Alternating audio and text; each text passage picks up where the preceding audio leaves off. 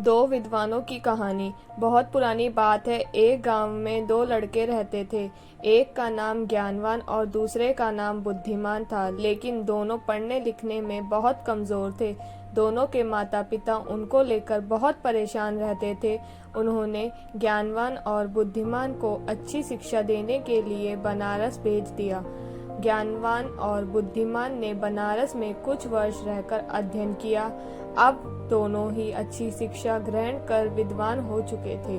विद्वान होने के साथ ही उनमें इस बात का घमंड भी आ गया था कि वे बहुत विद्वान हैं। हर जगह दोनों ही अपने को अधिक श्रेष्ठ और दूसरे को नीचा दिखाने का प्रयत्न करते थे। दोनों को कई बार उनके शिक्षकों ने इस बारे में समझाया, किंतु दोनों अपने को ही श्रेष्ठ समझते थे। शिक्षा खत्म होने के बाद दोनों को बनारस से अपने गांव वापस लौटना था। रास्ता बहुत लंबा था। चलते चलते उन्हें रात हो गई और उन्होंने एक गांव में अपना डेरा डाला। गांव के जमींदार को पता चला कि उनके गांव में बनारस के विद्वान आए हुए हैं। जमींदार साहब ने दोनों विद्वानों को रात्रि विश्राम और भोजन के लिए अपने घर पर आमंत्रित किया।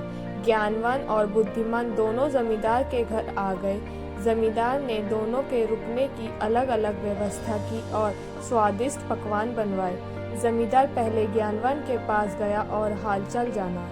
जमींदार पहले तो ज्ञानवान से बहुत प्रभावित हुआ, किंतु अपने घमंड और बुद्धिमान को नीचा दिखाने के लिए ज्ञानवान जमींदार से बोला, बुद्धिमान तो नाम का बुद्धिमान है। इतने दिन बनारस में रहकर भी वह कुछ नहीं सीखा और अभी भी गधा ही है। ज्ञानवान की बातें जमींदार को अच्छी नहीं लगी। ज्ञानवान से मिलने के बाद वह बुद्धिमान से मिलने गया।